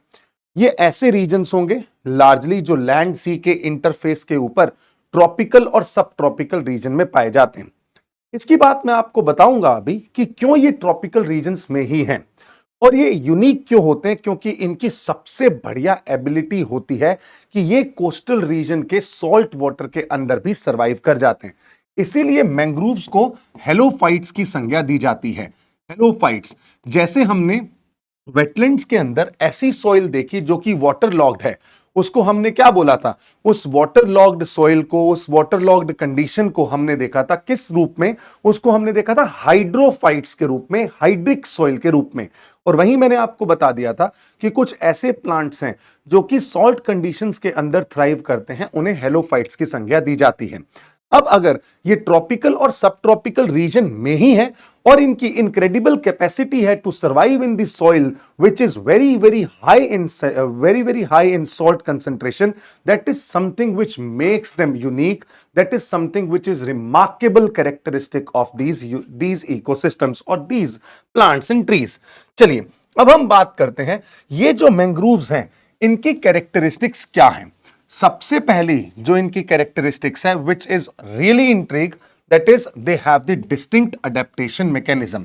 Not just the salt tolerant adaptation they do have, they have different kind of root system। they have different kind of reproductive capabilities as well. So when we talk about the adaptation to salinities, सबसे पहली चीज हमें यहां पे दिखाई देती है कि इन मैंग्रोव्स के अंदर we have the salt secretion और salt I am sorry salt secreting glands. और जब हम बहुत सारी स्पीशीज को देखते हैं जो कि मैंग्रोव्स की स्पीशीज हैं, इनके अंदर क्या होता है कि मान लो, अब मैं आपको ऐसे बताता हूं कि एक ट्री है और इस ट्री के अंदर जो भी ग्लैंड्स हैं, उन ग्लैंड्स के अंदर कैपेबिलिटी है कि ये सॉल्ट वाटर से, यानी कि जो सेलाइन वाटर है, उस सेलाइन वाटर से सॉल्ट को क्या कर देती हैं, सेपरेट कर देती हैं। इसी वजह से, और यहां पे स्पेसिफिकली अगर हम बात करें, इन मैंग्रोव्स की लीव्स पर ऐसी ग्लैंड्स की प्रेजेंस दिखाई देगी। इसीलिए जब आप मैंग्रोव का पेड़ देखेंगे तब आपको दिखाई देगा कि पानी गया ऊपर और जो सॉल्ट है, फ्रेश वाटर तो यूटिलाइज कर लिया प्लांट ने। क्यों यूटिलाइज कर लिया? अपनी ग्रोथ के लिए, फोटोसिंथेसिस के लिए। बट जो भी अवेलेबिलिटी सॉल्ट की थी वो सारी लीव्स के ऊपर आके रुक जाएगी। तो जो लीव्स हैं उनके ऊपर आपको सॉल्ट की लेयर दिखाई दे गई। ये जो मैकेनिज्म है, ये मैकेनिज्म कैसा मैकेनिज्म है, जहां पे ये रेगुलेट कर लेते हैं सॉल्ट कंसंट्रेशन को और बैलेंस कर लेते हैं वाटर को। इसमें बहुत सारे डिफरेंट मैंग्रोव सिस्टम्स आपको दिखाई देंगे, जैसे कि ब्लैक मैंग्रोव जो हैं वो कुछ ऐसे फिजियोलॉजिकल प्रोसेसेस करते हैं जिसके अंदर वो जो सॉल्ट हैं, वो सॉल्ट के क्रिस्टल्स आपको विजिबली दिखाई देंगे, जैसा कि मैंने आपको अभी बताया। सॉल्ट एक्सक्लूजन की अगर हम बात करें, कुछ मैंग्रोव्स ऐसे हैं जो कि अपने टिश्यूज के अंदर सॉल्ट को क्या करते हैं, आने ही नहीं देते। वो पहले ही इसको क्या कर लेते हैं, सेपरेट कर लेते हैं। 90% केसेस में ऐसा देखा जाता भी है। अब आते हैं अगला adaptation, that is the root system. जब मैंग्रोव्स की रूट्स देखते हैं तो पहला जो इसका अडेप्टेशन है दैट इज सॉल्ट और adaptation to saline water. You can write it here as adaptation to saline water. And next, if we talk about second adaptation here is the root system. Root system यहां पे different root system आपको दिखाई देंगे। कई जगहों पे जो root system है उन्हें न्यूमेटोफोर नाम से जाना जाता है। न्यूमेटोफोर का मतलब, जब आप ऐसे इकोसिस्टम में हैं, न्यूमेटोफोर्स, जब आप ऐसे इकोसिस्टम पे हैं जहां पे आपको सॉल्ट का कंसंट्रेशन ज्यादा है, वाटर लॉक्ड सॉइल है, सॉल्ट का कंसंट्रेशन ज्यादा है, ऑलमोस्ट ऑक्सीजन की कमी है, then what these plants are going to do, जब नीचे जाती रहेंगी इनकी रूट्स, तब इनकी रूट्स को ऑक्सीजन नहीं मिलती है। और ये डीप रूटेड सिस्टम है। कौन से रूटेड? डीप रूटेड सिस्टम है। और सॉइल के पास, और जो रूट्स हैं उनके पास किसी भी तरीके से ऑक्सीजन की अवेलेबिलिटी नहीं है। व्हाट दे डू इज, इनकी जो रूट्स हैं अगेन वापस इस लैंड से बाहर आने लगती हैं, और ये बाहर इसलिए आती हैं क्योंकि एटमॉस्फेयर से इनको किसकी अवेलेबिलिटी हो जाती है? ऑक्सीजन की। तो जो ऑक्सीजन की कमी है उसको पूरा करने के लिए the root system is designed in a very different and a peculiar manner, where these roots are coming out of the ground and these roots are going to collect oxygen from the atmosphere. This is what we call as pneumatophoric roots, which is adapted, which is available, which is the remarkable characteristic of mangrove ecosystem. And moreover, sometimes you will see the roots of these mangroves are also coming from the stem even. इनको हम buttress roots या stilt roots के नाम से भी जानते हैं। So let's see the root system here. जब हम देखते हैं इनका जो root system है, ये they are not only adapted for stability in soft oxygen poor soils, but they also play a critical role in oxygen exchange and habitat creation. Pneumatophores, that's what I was talking about. इनको air roots कहते हैं। These pneumatophores, they are rise above the soil and water and what they do is they facilitates the gas exchange from the environment, right? और वहां से इनको क्या मिलती है? ऑक्सीजन मिलती है। इसके साथ साथ मैंने दूसरा नाम लिया था, that is what we call as stilt roots. ये एक ऐसा डिस्टिंक्ट इकोसिस्टम है जो कि रेड मैंग्रोव्स के अंदर देखा जाता है। These specialised aerial roots extend from the trunk. मैंने बोला था आपको कि ये जो ट्रंक है, जैसे कि ये अगर मैंग्रोव है, इसकी ट्रंक से एक्सटेंड होती हुई इनकी रूट्स आपको दिखाई देंगी। और next is the prop roots. कुछ ऐसे रूट्स हैं जो कि इनके अंदर जो ट्रंक है और ब्रांचेस हैं वहां से रूट्स दिखाई देती हैं। तो stilt roots, prop roots are almost the same, ज्यादा डिफरेंस नहीं है। बट हां, आपको याद रखना है न्यूमेटोफोर्स के बारे में, जहां पे roots are coming out of the ground to exchange gas from the atmosphere. ये एक मेजर इकोसिस्टम हुआ। और उसके साथ साथ आपको यह भी ध्यान में रखना होगा कि ये जो रूट्स हैं, रूट्स के साथ साथ जो मैंग्रोव्स हैं, इनका रिप्रोडक्टिव जो कैपेबिलिटी है वो भी डिफरेंट होता है। इनके जो सीड्स होते हैं, सीड्स इसी पर्टिकुलर ट्री के ऊपर ही स्प्राउट होते हैं, जिसे हम वीवी पेरिटी के नाम से जानते हैं। तो वीवी पेरस होते हैं ये, यानी कि आपको दिखाई देगा mangroves have unique reproductive adaptations that ensure the successful dispersal and establishment. Viviparous, जो कि मैंने अभी नाम लिया आपको, जैसे कि बाकी के जो प्लांट्स हैं जहां पे जो सीड्स होते हैं वो जर्मिनेट होते हैं कहीं अलग, उस ट्री से डिटैच होके, बट यहां पे जो सीड्स हैं वो उसी ट्री के ऊपर ही जर्मिनेट होते हैं। उसके बाद छोटे छोटे प्रोपग्यूल्स बन जाते हैं। जब वो छोटा पौधा बन जाता है, फिर वो उस ट्री से अलग होता है और पानी में गिरता है। और जब पानी में गिरता है तो वो धीरे धीरे अपनी रूट्स को ग्रो करते करते वहां पे जो सॉइल होती है, जो सरफेस होता है, उसके साथ खुद को अटैच करने लगता है। That is something we call as the reproductive strategy. So if there is a tree, कोई एक ट्री है जिसके जो रूट सिस्टम है वो बहुत ही डीप है, ध्यान से समझिएगा इस बात को, जिसकी रूट सिस्टम बहुत ही डीप है, उसके साथ साथ यहां पे जो ग्लैंड्स हैं वो क्या काम कर रही हैं, सॉल्ट सिक्रीशन का काम कर रही हैं। और इनके जो सीड्स हैं उनको जर्मिनेट भी कहां होना है, सीड्स जो हैं they are going to germinate over the tree only, germinate over the trees only. तब आपको एक चीज दिखाई देगी, इन सबके लिए they require what, energy.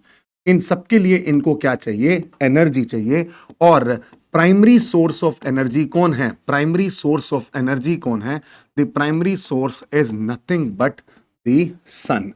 Sun is the primary source of energy. और सन अगर primary source of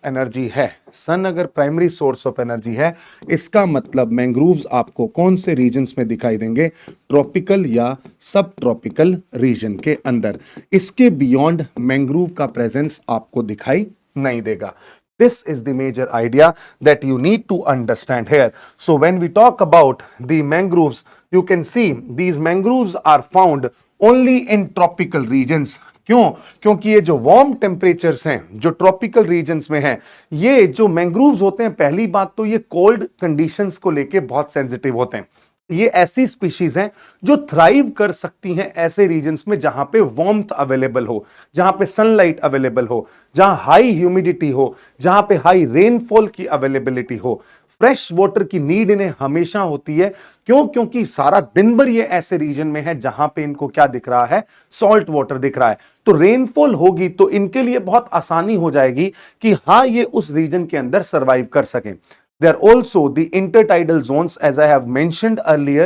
Intertidal zone means they are found between the zone of high tide line and the low tide line. So there is a continuous mixing of fresh water with the salt water, and there is the presence of lots of sediment जो कि यहाँ पे हैं। इस वजह से उन sediments की जो न्यूट्रिशंस होती हैं, उन न्यूट्रिशंस का इस्तेमाल ये पूरे के पूरे मैंग्रोव्स करते हैं and they can grow. Bharat की बात करें तो भारत के अंदर जो ईस्टर्न पार्ट ऑफ इंडिया है, that provides ultimate condition for the development of these mangroves. Why I am saying so? Because as you have seen here, this region requires what? this region, for the development of these mangroves, we see they are requiring the tropical and subtropical region. They require the sediments. They require sediments. They require sediments because sediments are fertile in nature. So eventually, I am pretty sure about a fact that these sediments are found along the eastern margins. Why is it so? Because the rivers which are originating from the Western Ghat region, they are traveling across the entire peninsular plateau and depositing their sediments in the eastern part. And when these sediments are being deposited at the eastern part, these are providing a favorable condition for the development of such mangroves. And hence, one more thing I must mention here, that is, when we talk about Ganga and Brahmaputra, these are one of the largest river of India, and they are carrying huge amount of sediments along with them. When huge amount of sediments are being carried by those rivers and the sediments are deposited along the coast, and those sediments are fertile in nature, provide the favorable condition for the development of these mangroves. And hence you see this region, which we call as Sundarban, is largest mangrove region of the world. ये सबसे बड़ा reason बनता है पूरे के पूरे संसार के अंदर.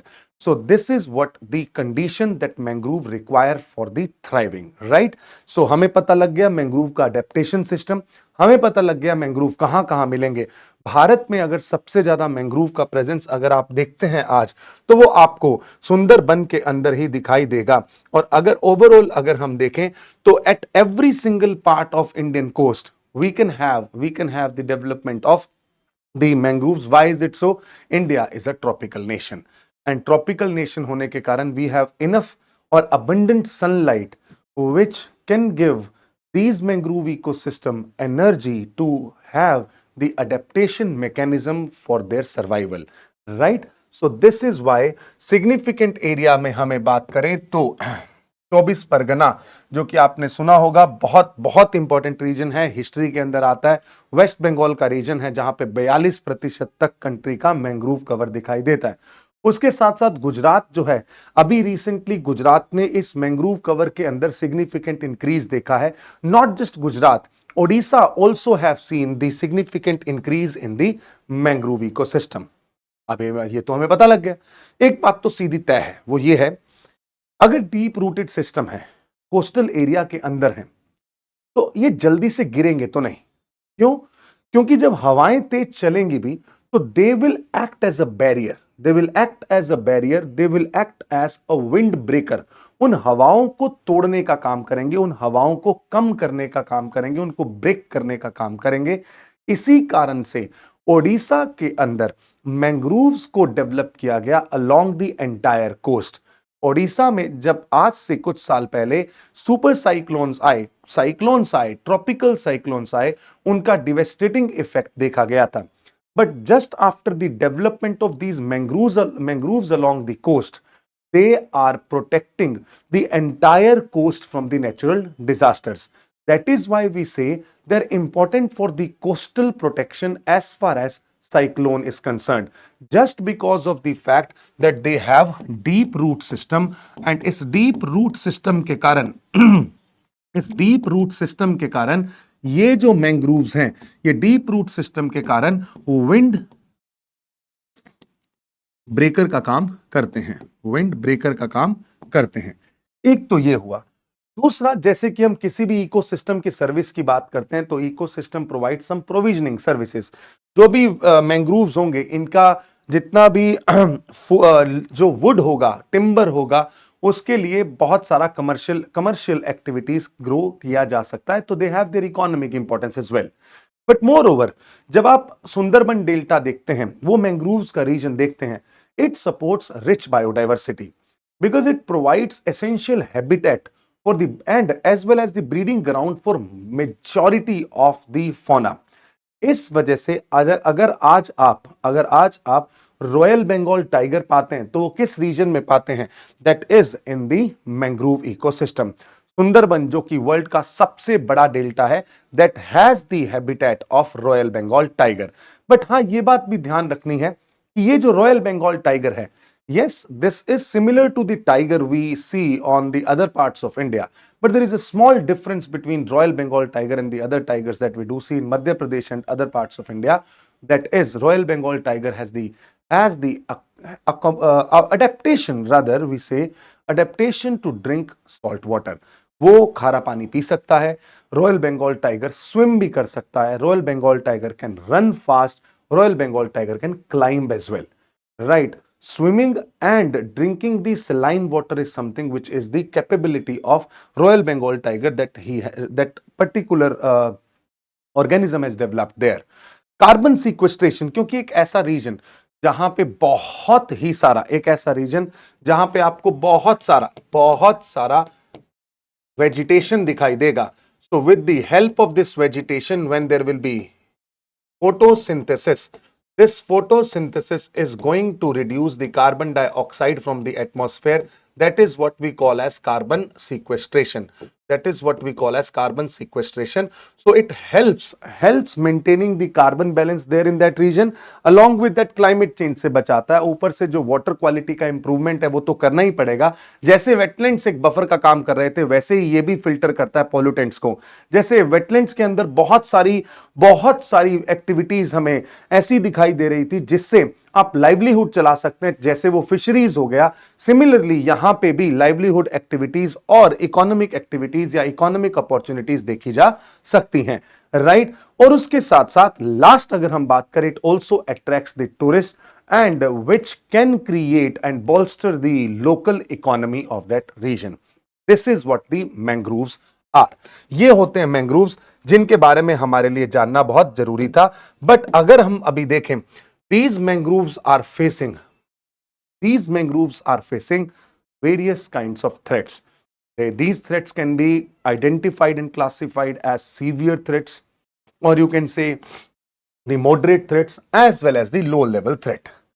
Severe threat की बात करें तो कोस्टल एरिया के अंदर जब अनसस्टेनेबल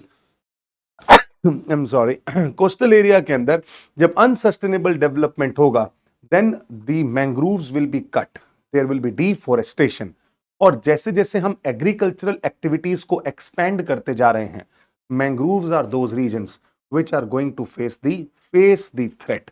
एंड बहुत सारे ऐसे रीजन्स हैं जिनको काटा जा रहा है just for the timber use and for the domestic use. This is the severe threat. Moderate threat के रूप में अगर हम देखें तो climate change is becoming a big threat to these mangroves, because as soon as climate change will take place, definitely sea level will rise and moreover fresh water availability will come, but still these areas will be under threat because of that. And जब बहुत सारा agricultural run of आएगा तो eutrophication की समस्याएं बढ़ जाती हैं इन रीजन के अंदर.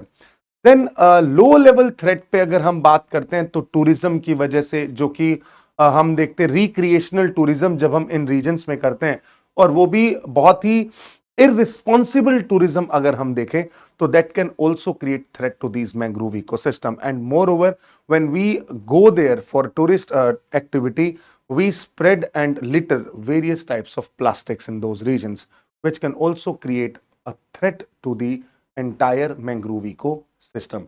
So this was all about the mangrove as an ecosystem. But हाँ, mangrove को बचाने के लिए भारत सरकार की एक बहुत ही अच्छी स्कीम आई जिसका नाम है mangrove initiative for shoreline habitat and tangible incomes, MISHTI. बहुत बार न्यूज में रहती है क्योंकि यूनियन बजट 2023-24 के अंदर इसके ऊपर बहुत एम्फसाइज किया गया कि जो मैंग्रोव्स हैं उनका इंपॉर्टेंस जस्ट सिर्फ प्लांटेशन के लिए ही नहीं है, रादर ये बहुत सारी इकोनॉमिक और लाइवलीहुड अपॉर्चुनिटीज भी प्रोवाइड करती हैं. And along with that they are also acting as a major zone for environmental protection. MISHTI के अंदर this will be implemented through the convergence between the मनरेगा, क्योंकि मनरेगा के अंदर जितना भी हम लेबर कर रहे हैं उनके अंदर जो एसेट क्रिएट की जाती है, for that asset this mangrove asset यानी कि इनका प्लांटेशन करना भी एक ग्रीन एसेट क्रिएशन का नाम कहलाएगा. Green asset creation, mind this word which is a very good key word for your mains as well. तो ग्रीन एसेट्स क्रिएशन, वो ग्रीन एसेट क्रिएशन का काम करेगा. और उसके साथ साथ फॉरेस्ट कंजर्वेशन एक्ट ऑफ 1980 के तहत एक नियम आया था जो मैं आपको बताऊंगा फॉरेस्ट लॉज में, कि अगर आप किसी भी एक एरिया के अंदर, फॉरेस्टेड एरिया के अंदर इंडस्ट्रियल एक्टिविटी या नॉन फॉरेस्टेड एक्टिविटी करना चाहते हैं, तो जो भी लैंड उसमें डाइवर्ज होगी, उतना अमाउंट ऑफ लैंड और उसका कुछ कंपनसेशन आपको कैंपा के अंदर यानी कि compensatory afforestation management and planning authority को देना पड़ेगा। उस फंड के अंदर पैसा डालना पड़ेगा और उस फंड से जो पैसा आएगा वहां से हम क्या ग्रो करेंगे, ये मैंग्रोव ग्रो करेंगे। तो बेसिकली हम क्या कहना चाहते हैं कि जो कन्वर्जेंस है स्कीम्स का, चाहे वो कैंपा फंड है चाहे वो मनरेगा स्कीम है, इन दोनों का कन्वर्जेंस हम इस मिस्ट्री के यानी कि जो मैंग्रोव का इनिशिएटिव है, ताकि हम जो हमारा शोरलाइन हैबिटेट है उसको क्या कर सके, डेवलप कर सकें और उससे इनकम जनरेट कर सकें। That is what the major concept of scheme Mishti is, right? So this was all about the mangroves. So अब हम शुरू करते हैं कोरल्स के बारे में। तो coral reefs are another important ecosystem जिसको हमारे लिए जानना बहुत जरूरी है, because when we talk about the coral reefs, these are those types of ecosystems जहां पे सबसे इंपॉर्टेंट बात यह है कि जैसे हम अपनी लैंड के ऊपर ट्रॉपिकल रेन फॉरेस्ट को देखते हैं, वहां की बायोडाइवर्सिटी को देखते हैं, सिमिलरली कोरल रीफ्स भी ट्रॉपिकल रेन फॉरेस्ट ओशियंस के कहलाते हैं। बट इसकी जो इंपॉर्टेंट इंफॉर्मेशन है वो ये है कि ये जो कोरल रीफ्स हैं they are something different and उनका स्ट्रक्चर जो है वो किस तरीके से बना है वो जानना सबसे जरूरी है। When we talk about these coral reefs, they are made up of calcareous skeletons, जो कि आप यहां पे देख पा रहे हैं। कैल्सेरियस स्केलेटन्स का मतलब है कि इनका जो स्केलेटन है वो किससे बना होता है, कैल्शियम से बना होता है। और ये जो कोरल रीफ्स हैं इसके बारे में अगर हम देखें तो सबसे पहले we need to know about the coral polyps. Coral polyps जो हैं ये टाइनी ऑर्गेनिजम्स हैं which do exist in the oceans. ये बहुत ही छोटे छोटे ऑर्गेनिजम्स हैं जो कि हमें कहां पे दिखाई देते हैं, ओशंस के अंदर दिखाई देते हैं। और ये नाइडेरियन जो फाइलम है इनका वो नाइडेरिया है जहां से आते हैं।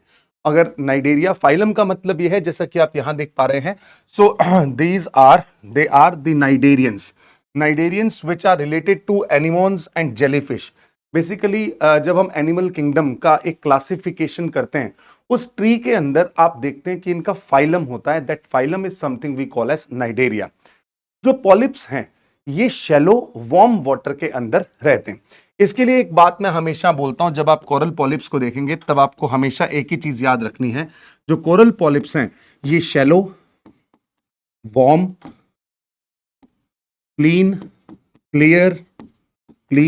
क्लियर एंड सेलाइन वाटर के अंदर एग्जिस्ट करते हैं, सेलाइन वाटर के अंदर थ्राइव करते हैं।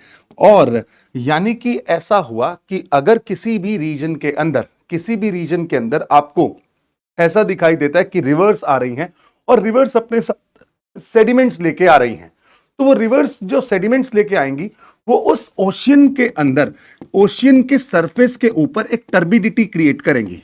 क्या क्रिएट करेंगी? टर्बिडिटी, यानी कि इसे गंदा कर देंगी, मैला कर देंगी। तो पानी जो है वो क्लीन नहीं रहेगा। What does it indicate? It indicates that यहां पे आपको कोरल्स नहीं दिखाई देंगे। दूसरा, अगर वो रिवर बह के इस ओशियन के साथ मीट कर रही है, उसके अंदर सेडिमेंट्स नहीं भी हैं, बट वो फ्रेश वाटर ऐड कर देगी और यहां पे जो पानी है उसकी सैलिनिटी नहीं रहेगी, तो यहां पे सेलाइन वाटर आपको दिखाई नहीं देगा, तो वहां पे भी आपको कोरल्स दिखाई नहीं देंगे। इससे क्या समझ में आया? इससे यह समझ में आया कि अगर मान लो इंडिया ये है और यहां पे इंडिया के वेस्टर्न घाट से नदियां ट्रेवल करते हुए अपना पानी ले जाकर बे ऑफ बंगाल में डालती हैं, ड्रेन करती हैं, तो इस रीजन के अंदर आप सबको किसी भी तरीके का कोरल जो है वो डेवलप होता हुआ दिखाई नहीं देगा, right? Just because of the fact that these rivers are carrying lots of sediments along with that fresh water which is going to get added to the saline water and is going to reduce the salinity. and corals के development के लिए हमें क्या चाहिए? saline water चाहिए। और ये जो polyps हैं ये colonies में रहते हैं और इनके लिए जो सबसे इंपॉर्टेंट चीज चाहिए वो है एक सरफेस जिससे अटैच होके ये रहते हैं। कोरल्स की खास बात ये है कि ये जो polyps हैं, these polyps are attached to a surface and they cannot move from one place to the other. Let's say अगर मुझे कुछ खाना खाना है तो मैं एक जगह से दूसरी जगह मूव करके खाना खा सकता हूं। बट अगर मान लो ये कोई एक सरफेस है और इस सरफेस से अटैच होकर कोई इस तरीके से यहां पे कोई पॉलिप डेवलप हुआ है, तो वो है कोरल पॉलिप। बट ये अटैच्ड है, इमोबाइल है। अगर ये इमोबाइल है तो इसके लिए सबसे बड़ा चैलेंज है फूड। अब ये फूड कैसे कलेक्ट करेगा, उसके दो मैकेनिज्म कोरल्स के पास होते हैं। First of all you can see here these part, जो ये नीडल शेप्ड पार्ट्स हैं, इनको बोला जाता है टेंटिकल्स। इन्हें बोलते हैं टेंटिकल्स। ये जो टेंटिकल्स हैं, these tentacles do catch some of the food for the survival. मतलब समुद्र के अंदर कोई भी थोड़ा बहुत इस रीजन के आसपास कोई फूड यहां पे जाता हुआ दिखाई देगा, they will catch it, no doubt. But इससे इनका काम तो नहीं चलेगा।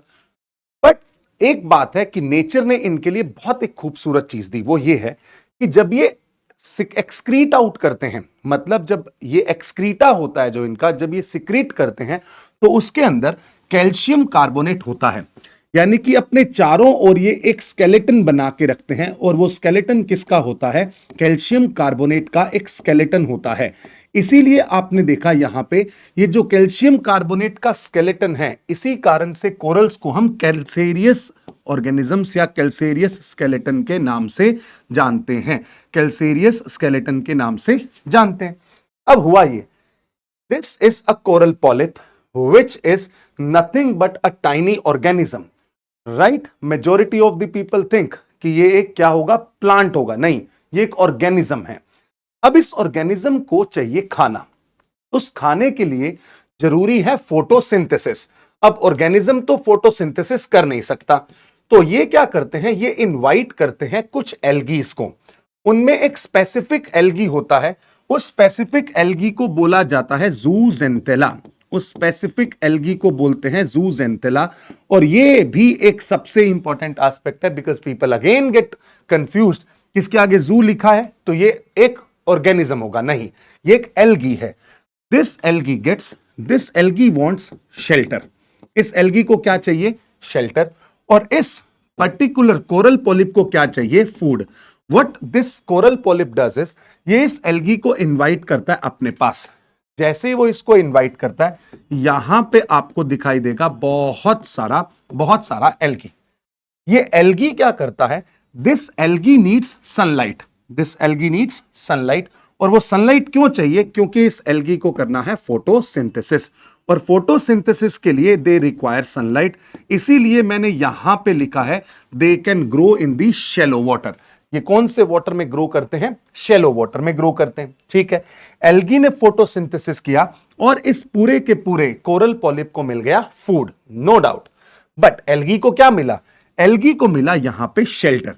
तो जब हम कोरल पॉलिप और ज़ूज़ेंथेला दोनों को देखते हैं, तो इनके बीच का एक रिलेशन होता है, एक इंटरेक्शन होता है, जिसको हमने पहले भी देखा था, जिसे हम सिम्बायोटिक इंटरेक्शन के नाम से जानते हैं।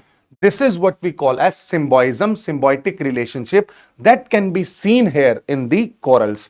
अब ये तो हो गया, बट इसके साथ साथ कोरल्स और क्या काम करते हैं?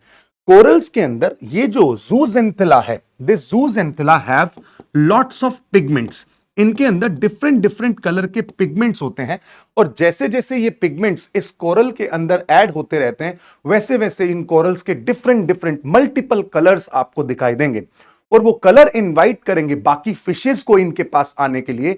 और यहां पे जो स्पेस होगा, जो कि कैल्शियम कार्बोनेट के जो इनका स्केलेटन है उसके कारण डेवलप होगा, वहां पे बहुत सारी मछलियां दिखाई देंगी, और छोटी फिशेस को कैच करने के लिए बड़ी फिशेस, उनसे बड़ी फिशेस, सारी की सारी उस इकोसिस्टम की ओर ट्रेवल करने लगेंगी।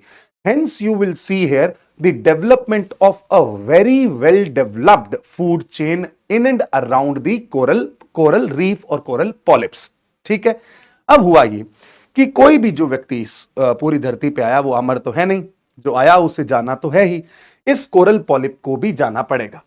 Sometimes what happens, let's say due to certain conditions, what those conditions are, मान लो किसी रीजन के अंदर सी लेवल राइज हो गया, तो जो वाटर शैलो था वो शैलो नहीं रहेगा। और ये शैलो वाटर इसलिए चाहिए क्योंकि सनलाइट पेनिट्रेट हो सके और फोटोसिंथेसिस हो सके। अब ये सनलाइट अगर पेनिट्रेट नहीं कर पाएगी तो this coral will become stressed. जब ये कोरल स्ट्रेस्ड होंगे तब ये कोरल क्या करेंगे, इस जूजेंथिला को एग्जिट करना शुरू करेंगे। जब ये जूजेंथिला एग्जिट होने लगेगा इस कोरल से, तो इस कोरल की फाइनली क्या हो जाएगी, डेथ हो जाएगी, क्योंकि इनका जो फूड सोर्स था एल्गी, जो फूड सोर्स था जूजेंथिला, वो खत्म हो गया। Right, one thing. सेकेंड, अब ये डेवलप होते कॉलोनीज के अंदर, इसका मतलब ये है, जब मैं इसको पूरे के पूरे प्रोस्पेक्ट को देख रहा हूं तो मुझे एक चीज ये भी समझ में आ रही है कि जब पहले एक कोरल की डेथ हुई तो उसने अपने पीछे क्या डेवलप कर दिया, एक स्केलेटन डेवलप कर दिया। ये जो स्केलेटन कैल्शियम कार्बोनेट का स्केलेटन है उसे ही रीफ बोला जाता है। तो कोरल रीफ का मतलब यह है, when a coral polyp will die, they will leave behind the skeleton of calcium carbonate, and then that skeleton will be termed as a reef, and the new coral polyp colony will always require, क्योंकि हमने बोला कि उनको एक surface चाहिए, तो नई colony कहां पे डेवलप होगी, नई कॉलोनी इसके ऊपर डेवलप होगी। अब जब इनकी डेथ हो जाएगी, there will be one more reef that will develop here, इसको बोला जाता है कोरल रीफ। बट अभी इस समय पे जो हम कोरल्स की बात कर रहे हैं, these corals, just because they have the presence of this skeleton around them, they are termed as hard corals, क्योंकि इनके स्केलेटन के कारण इनको एक मजबूती मिलती है। राइट, हार्ड कोरल्स हैं, और ये जो हार्ड कोरल्स हैं ये हमेशा कौन से पानी में हमें दिखाई देती हैं, ट्रॉपिकल वाटर्स में। क्यों ट्रॉपिकल वाटर्स में, या हम बात करें ये हमें दिखाई देंगी शैलो वाटर्स के अंदर, क्योंकि इनको जो पानी चाहिए वो कौन सा पानी चाहिए, इनको चाहिए वार्म वाटर। ट्रॉपिकल रीजन में मिलेगा, टेम्परेट में नहीं मिलेगा। But there are some types of different types of corals that we can see here. वो कोरल्स कौन सी हैं, चलिए उसको देखने की कोशिश करते हैं। जैसे कि कुछ कोरल्स ऐसी हैं जिन्हें हम हार्ड कोरल्स के नाम से जानते हैं। They are primary reef building corals, क्योंकि ये वो कोरल्स हैं जिनके पास एक्सोस्केलेटन है, जिनके पास एक्सोस्केलेटन है। These are those corals, and they extract calcium carbonate from sea water to build hard white coral exoskeletons. इन्हें बोला जाता है hermatypic corals. They are termed as hermetipic corals. On the other hand, there are some corals which are found in the temperate region, which are found in the deep waters as well. This is something that you need to remember. Majority of the people do not know about the fact that corals are also found in the temperate regions. Corals are also found in the deep waters. But the difference is, those corals which are found in the deep waters, known as ahermetipic corals, they do not require zooxanthella. Why is it so? Because इनके पास अपना खाने का अपना mechanism होता है। सो जो soft corals हैं, they are flexible, they do not have the exoskeleton of calcium carbonate. If they do not have the exoskeleton of calcium carbonate, what does it indicate? They do not have enough space to provide shelter to someone. It means they are not going to invite zooxanthella, and rather zooxanthella is not also going to come towards this coral polyp. Why is it so? Because they are in the deep oceans, और अगर ये deep oceans के अंदर हैं तो जहां पे sunlight penetrate नहीं कर पाएगा, और अगर यहां पे सनलाइट नहीं होगा तो इवेंचुअली इसका मतलब यह है कि यहां पे फोटोसिंथेसिस नहीं होगा। इसका मतलब यह है कि ये जो कोरल्स हैं, they do not require what, they do not require these type of symbiotic relationships. We call them as soft corals. उन्हें किस नाम से जाना जाता है, सॉफ्ट कोरल्स के नाम से जाना जाता है। इसीलिए हम बोलते हैं जो हर्मेटाइपिक कोरल्स हैं उनके अंदर कोरल्स और जूजेंथिला का एक रिलेशन है, और उसके साथ साथ जब हम बात करते हैं ए हर्मेटाइपिक कोरल्स की, वहां पे आपको ऐसा कुछ भी रिलेशन दिखाई नहीं देगा without the symbiotic relationship and zooxanthellae, and they are not going to build the reefs. जो रीफ डेवलप होगी वो उन्हीं कोरल्स के थ्रू होगी जो एक्सोस्केलेटन बना सकते हैं। एक्सोस्केलेटन कौन बना सकते हैं, जो कि कैल्शियम कार्बोनेट एक्सक्रीट कर सकते हैं। वो कौन कर सकते हैं, जो हार्ड कोरल्स हैं। हार्ड कोरल्स कौन से हैं, hermatypic. These are the ahermatypic corals. ये फ्लोइंग वाटर से डायरेक्टली अपना फूड कैप्चर करते हैं और कोल्ड वाटर में, डीप ओशंस में रहते हैं। नॉर्वे के अंदर, यूनाइटेड स्टेट्स ऑफ अमेरिका, उसके साथ साथ जापान, न्यूजीलैंड, यूके, इन जगहों पे इनका प्रेजेंस दिखाई दिया गया है। अभी रिसेंटली कुछ कोरल्स भारत में भी अंडमान एंड निकोबार आइलैंड्स के डीप ओशंस में दिखाई दिए, जिनको आप ब्लैक कोरल्स के नाम से जानते हैं। And these black corals are nothing but the a hermatific corals. But corals, yes, they are important for us. Why is it so? Because they are nothing but providing the biodiversity. But उसके साथ साथ corals are facing lots of stress these days. Why is it so? Because these corals are surviving in a very narrow range of temperature. Whenever there will be temperature change, narrow temperature change can also create a stress in front of these corals.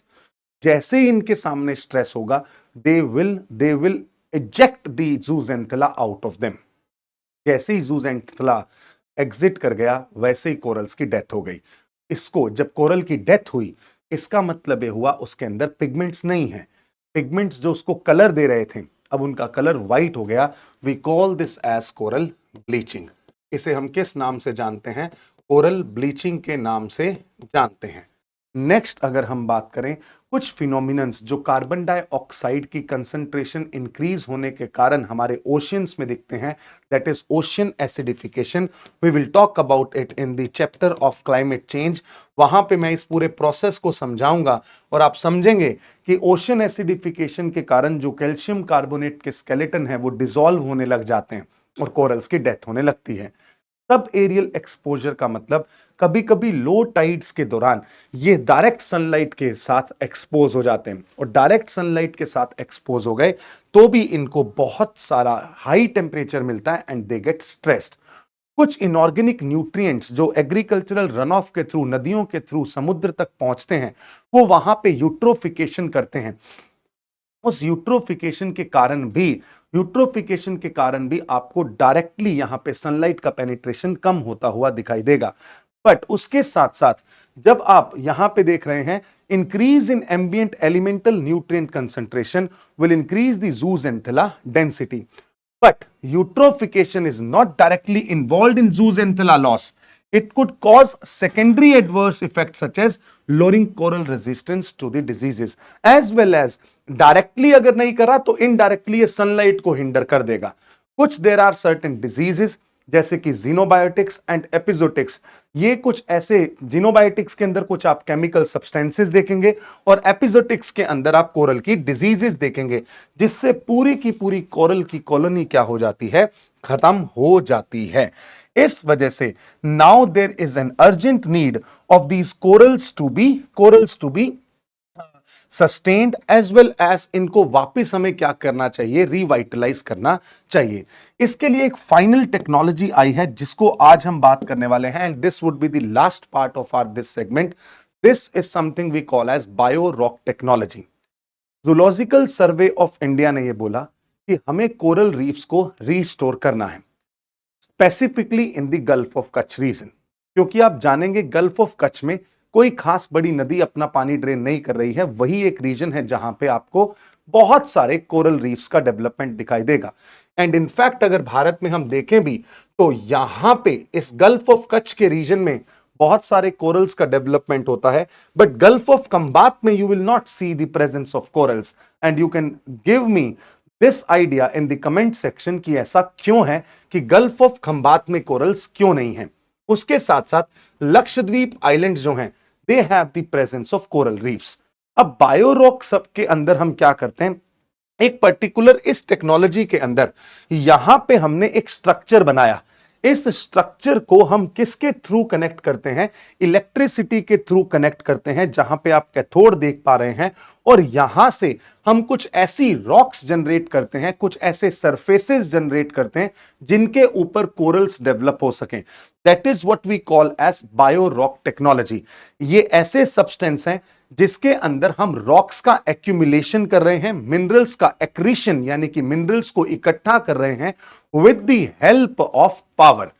Solar power panel से हमने electricity transport की, minerals को accumulate किया और उन minerals के accumulation के कारण कुछ स्ट्रक्चर्स बनाए और उन स्ट्रक्चर्स के ऊपर किसका डेवलपमेंट स्टार्ट हुआ? क्योंकि कोरल को लार्वा जो है और जो कोरल्स हैं, they always need a surface. और यहीं से बात स्टार्ट की थी कि अगर इन कोरल्स को बनना है तो इनके लिए you need a surface। और इसी के साथ हम आज के इस लेक्चर को खत्म करते हैं, क्योंकि जब हम कोरल्स की बात करते हैं तो लास्ट एक चीज मैं आपको जाने से पहले बता देता हूं, that is very very necessary for us to know, and that is where we will find the presence of corals in India।